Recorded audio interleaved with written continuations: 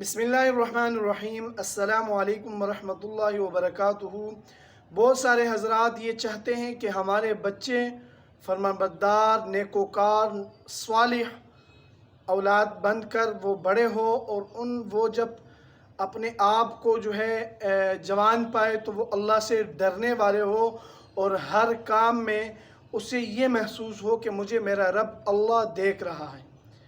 یہ ہر کسی کی خواہش ہوتی ہے، جو بھی مسلمان کلمہ گو شخص ہوتا ہے اس کی یہ خواہش ہوتی ہے کہ میرا بیٹا نیکوکار بنے اور وہ دوسروں کا حقوق کا خیال رکھنے والا ہو اور اپنے حقوق کے بارے میں نرمی کرنے والا ہو، جھگڑا فساد اور لغو و لعب میں مشغول نہ ہو، فحاشی کی طرف نہ جائے اور دین اسلام کو اولین ترجیح سمجھے وہ اپنے لیے۔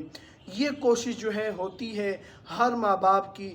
تو میرے بھائیوں دوستو، اگر ان کے ماں باپ 5 وقتہ نمازی نہیں ہیں تو سب سے پہلی بات کہ آپ خود 5 وقتہ نمازی بن جائیں، تاکہ آپ کی اولاد آپ کو دیکھیں، آپ کو سنیں، تو انہیں بھی احساس ہو کہ نماز بھی کوئی چیز ہے۔ اللہ سے ڈرنے کا سب سے بڑا جو ذریعہ ہے وہ نماز ہے، کہ آپ بچوں کو یہ بھروسہ کرائے کہ میں جو نماز پڑھتا ہوں یہ میں اللہ تعالیٰ سے ڈرتا ہوں۔ اللہ تعالیٰ ہمارا مالک اور حقیقی ذات ہے، وہ ہمیں دیکھ رہا ہے۔ اگر ہمیں اللہ تعالیٰ وہ نماز ہم اللہ تعالیٰ کے حضور نماز ادا نہیں کریں گے تو اللہ ہم سے خفا ہوگا، اور ہم نے اللہ کو ناراض نہیں کرنا بیٹا، کیونکہ ہماری جان مال سب کچھ کا نگہبان وہ اللہ کی ذات ہے۔ سب سے پہلے تو یہ کام کریں۔